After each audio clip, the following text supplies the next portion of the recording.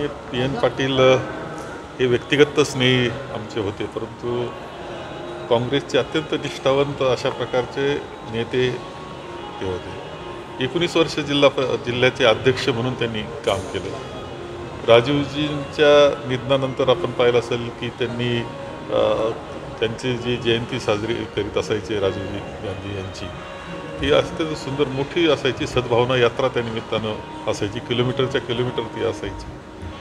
राजीवजींचा पुतळासुद्धा त्यांनी केला, आदरणीय सोनेजींना त्या निमित्तानं आणलं आणि शेवटपर्यंत विचारानं निष्ठेनं काँग्रेसशी ते संलग्न राहिलेलं व्यक्तिमत्व आहे आणि म्हणून एक काँग्रेस जनापुढे सुद्धा एक आदर्श म्हणून या व्यक्तिमत्वाचा उल्लेख करावा लागेल। दुर्दैवी घटना आहे का एखाद्या श्रीमंताचं पोरगं कोणाला तरी चिरडीतं आणि त्याला वाचवण्याचा प्रयत्न होतो, ही दुर्दैवी घटना आपल्याकडं महाराष्ट्रात घडते आहे। आम्ही पाहिलं होतं की आमच्या पैलवान मुली, रेसलर मुली तक्रार करतायत तरी तो खासदार वाचवला जातोय, हे आम्ही पाहिलं। किंवा इकडे पाहिलं कर्नाटकमध्ये कोणाला तरी वाचवलं जातं, हे आम्ही पाहतोय। ते दुर्दैवानं महाराष्ट्रात येऊन पोहोचलेलं आम्हाला दिसतं आहे।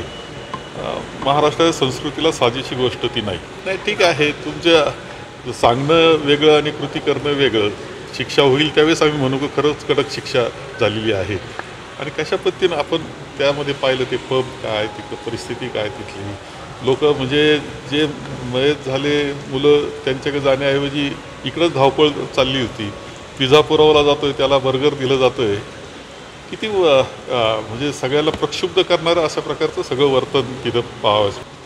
त्याच्या बाबतीत काय जो निर्णय योग्य सरकारी पातळीवर चर्चा होऊ शकतं, परंतु कोणतं तरी बुरखा उतरवण्याचे जे प्रयत्न झाले या इलेक्शनमध्ये, बुरखा उतरवण्याचे सुद्धा प्रयत्न काही ठिकाणी केले, उतरवतो बुरखा, हे मात्र योग्य नाही। त्याच्या बाबतीत नियम करावा, विचार करून नियम करावा, काही पद्धत असेल तर ती जरूर बसवा, आमचं काही म्हणणं नाही। त्याच्यात पण काळजीपूर्वक सगळ्यांच्या भावना विचारात घेऊन त्या गोष्टी केल्या गेल्या पाहिजे। महाराष्ट्रात आकडेवारी जी जाहीर केली जाते त्यावरून आता सर्वच पक्ष विरोधक संशय व्यक्त करतायत, ज्या पद्धतीने आकडेवारीमध्ये बदल होताना दिसत आहेत। नाही, आम्हाला तर खूप काळजीची गोष्ट अशी आहे की एक तर पहिलं फेरी झाल्यानंतर 11 दिवस लागले आकडेवारी जाहीर करायला, त्यानंतर 4 दिवस लागले आणि त्यानंतर अजूनही आकड्यांचा घोळ आहे आणि अजूनही 1 कोटी जे मतदार आहे त्याचा फरक दिसतोय, 1 कोटीचा फरक दिसतोय।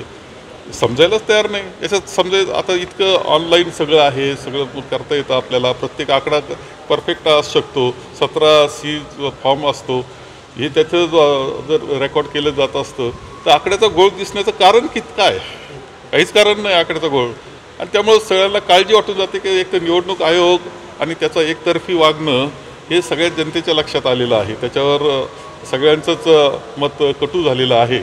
असं असताना हा आकड्याच्या घोळामुळं आणखी काळजी वाटून जाते, ही वस्तुस्थिती आहे। ठीक आहे, आरक्षण हा विषय वेगळा आहे आणि व्यक्तिगत माझ्या मते हे करण्याचं काही कारण नाही।